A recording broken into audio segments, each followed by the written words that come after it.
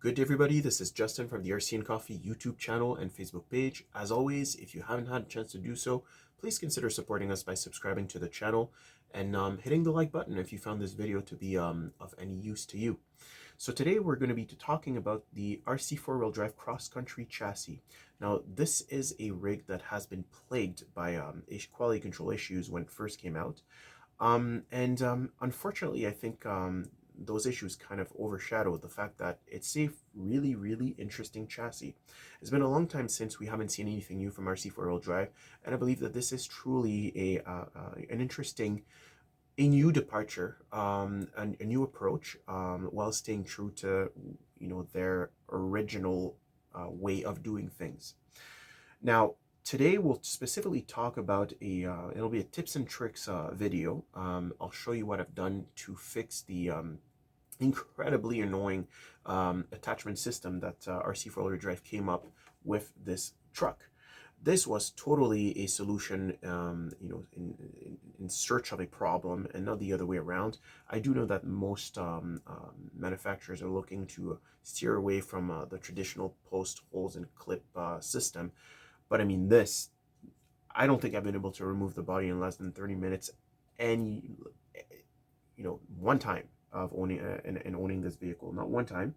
And I may be pretty bad at that, but this is not normal, and this is something that I've noticed with other people who also own the vehicle. Now, there's a very super cheap and super simple way to fix this, and I will show you what I'm talking about in a few minutes. Before we dive into this, though, I just want to take a few minutes to share with you what I do like about this car, because it is worth looking into. I think it's a chassis that is worth discovering, and a truck worth discovering in general, especially now that we can't get any. But I'm sure they'll figure their their quality control and put this back on the market once they have access to a fresh batch.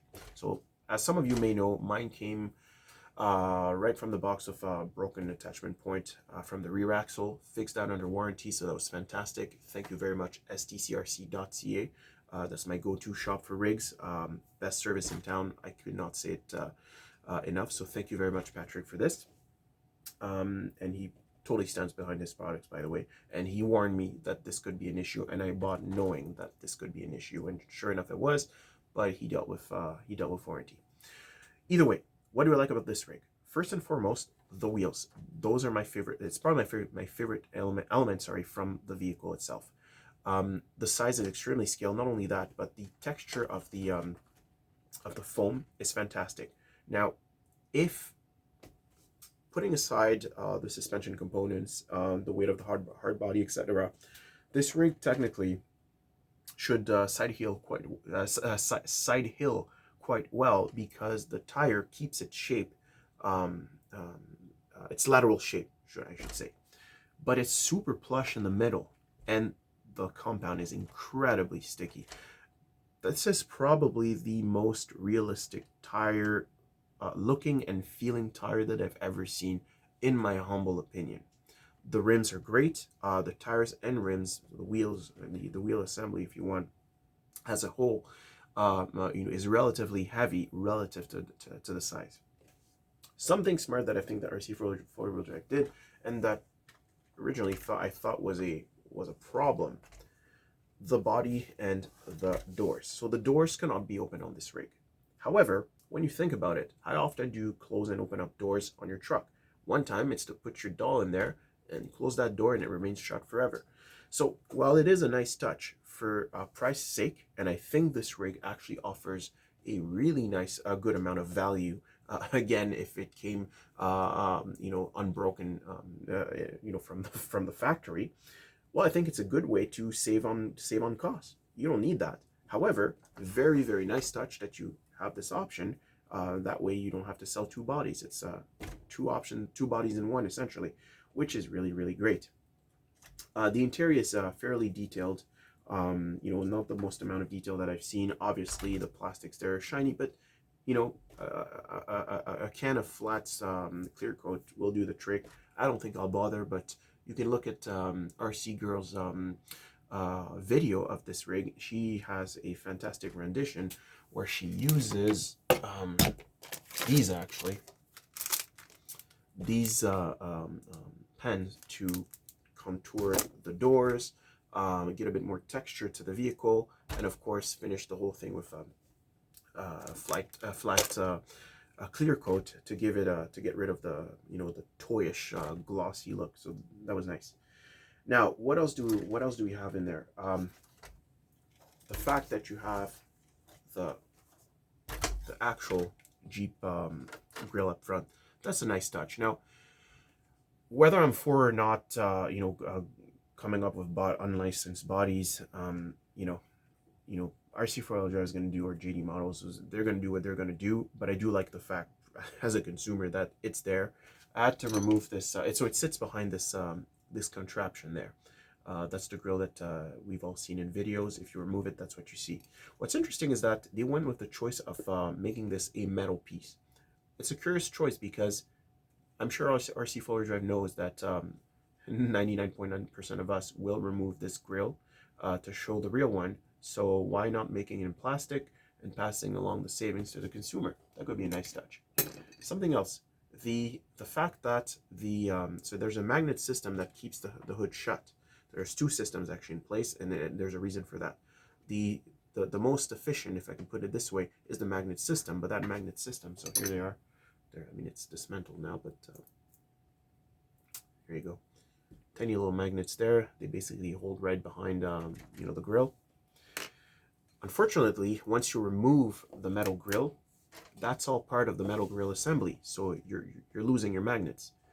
Thankfully, they have tiny rubberized latches that do a fantastic job at holding this. I mean, if you're driving at crazy speeds, turning this into a TRX4, yeah, that wouldn't work. But then again, that's no TRX4. That's why you did buy a TRX4. So that's nice, and it's rubberized, so it won't break like that. Strangely enough, the wipers are plastic, the mirrors are plastic. We all know that what happens when a car rolls over. Those are the first to go. So interesting choice, but then again, I'm sure we'll be extra careful with this type of car. It's just not meant to drive around like a maniac. Now let's take a look under the hood, and by doing so, I shall reveal part of what I've done. As a matter of fact, I'll start with the tip and trick, because I'm sure you guys want to know, and I'll continue what I like with the rig later on. So here goes. There you go. That's it. I replace those unbelievably annoying posts that basically stick out from underneath the body, boom, like this. So that's the threaded bit here, and you basically clip this into the side contraption. There's 4 of them that are on the side of the chassis, and that's supposed to hold. That's fine when you're putting the body down. When you want to take the body off, you're supposed to press with 2 hands on those contraptions and somehow manage to remove the body at the same time. I think RC4WD forgot that most humans come with 2 sets of hands, or 2 hands rather than 2 sets of hands, and I don't think it took me less than 30 minutes actually ever to take the body off, which is incredibly annoying. And I may not be the best at this, but I've heard the same story over and over again with whoever owns this rig. So took those out. I used 20mm flat head screws. This is not a flat head, but it gives you an idea of the size. That's what I use with a flat head. And I used flat earth magnets. So those are rare earth magnets. Can't speak anymore, sorry, it's getting late. Of such kind, with the kind of tapered end there, and that's where your flat head goes.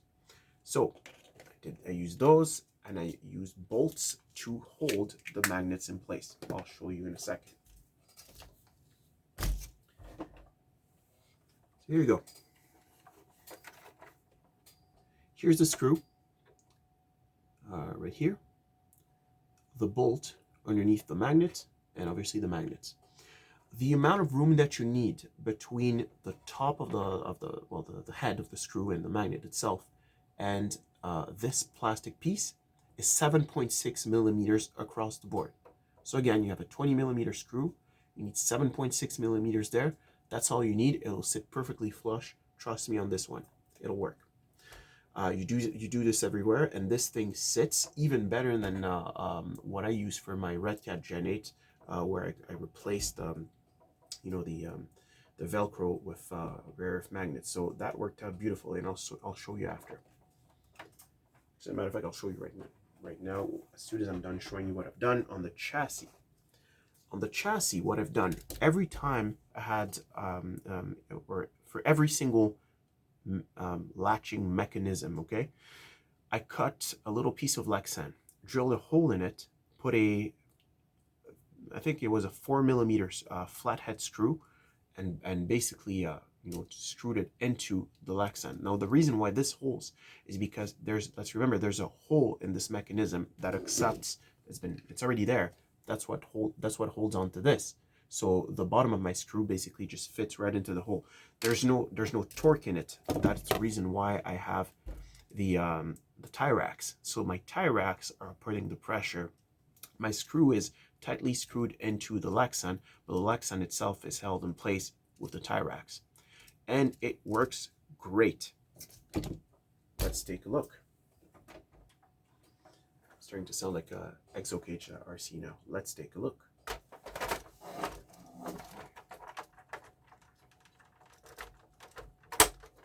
Done. That's it. Now, I believe there's plenty of torque or pressure or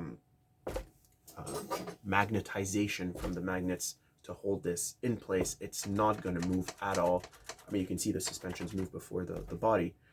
I think I managed to lift the rear wheels once or two. Oh, there you go. See? That's magnets. That's it. You really don't need anything else. So that's what I did to fix my issue. Oh, by the way, if you're going to be installing this rear wheel, which I know you will, you're gonna have to change the screw that comes with the car. It's not, well, in my experience anyways, it wasn't long enough. So I believe I used maybe a 6 millimeter screw, drilled it all the way to the end. No, it was more than that. Sorry, I'd try a 10. A 10 should work, 10 millimeter screw, and it'll hold in place properly. You'll feel like you're gonna be busting the body. You won't be. Just keep going. It's a really tight fit, and the type of screw that comes with this, it's loosely threaded. It almost looks like a wood screw. That's why it feels kind of weird, but trust me, it'll work, and that works. It holds in place.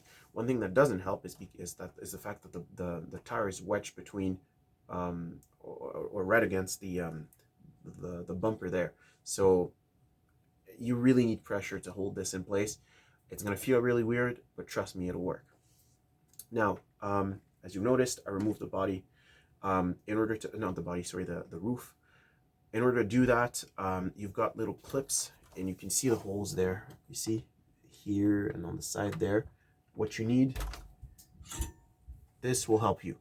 Again, quality control not being RC4WD Drive's forte, the part that basically clips into the hole is not, it's usually bigger than the hole, so I really had to push hard to get it out of the way, but eventually it does. It did not break, but it's honestly, guys, it's not a fun car to work on, but it works somehow. It works. Nothing broke.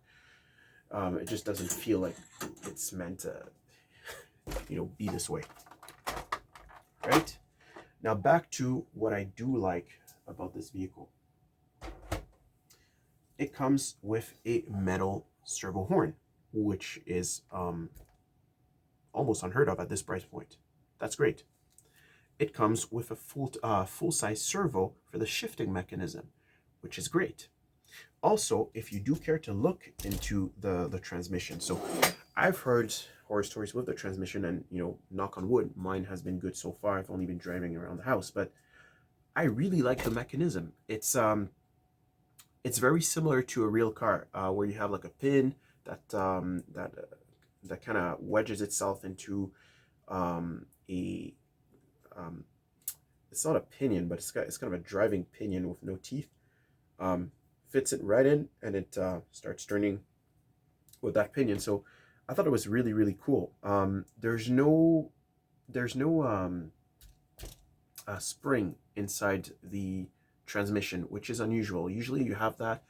I don't know if it's good or bad. I think Cross RC's AT4 apparently has that issue, and there's a spring system that just came out. If you go on Cross RC US, you'll see what I'm talking about. Basically, they use the spring to alleviate some of the stress on the servo. But my logic is, if you're to set your endpoints properly, you shouldn't have that issue in the first place. You shouldn't need a spring. So I'm not really sure what it is that they're trying to fix, or if they're trying to prevent the fact that most people won't set the endpoints properly, because that's definitely what's burning this servo there. It's setting your endpoints. Make sure you set your endpoints, and you should be fine. So links, they're all metal. It would have been nice to have the rod ends made out of metal. That's not the case. But you know, with the exception of that and the drive shaft that are super beefy but plastic and honestly kind of seem out of place with this. Oh, you've got a flat bottom, by the way. I think it's a really interesting chassis. I think it's a subtle departure from what we've seen on you know, the Gelande, the D90, D110, etc. But they're staying true to to their original concept. Which I like. And I don't recall the D90 chassis or D10 chassis to have those holes there. I don't know if you can see, but the chassis rails have holes, which keeps the rig a bit lighter. And it's a heavy rig, guys. That thing, you know, if you add metal bumpers and everything, it's substantial. So at first, when I took it, when I got it rather, I thought the suspensions were a bit stiff, but I think it'll be just perfect for the amount of weight that this guy has to carry, especially relative to its small size. So that's that, guys. Oh yeah, one more thing: metal servo on the transmission, metal servo horn on the transmission servo. Guys, this is crazy. That's a lot of stuff that you rarely see in rigs that are even more expensive. So, you know, they didn't mess up everywhere. I think it's a fantastic concept that with an implementation that was not ideal. That is my interpretation of what is going on here with this rig. So we got to give credits to RC4WD Drive for coming up with an interesting and good concept, a fundamentally good one. So that's that for now. Thank you very much for watching. See you next time.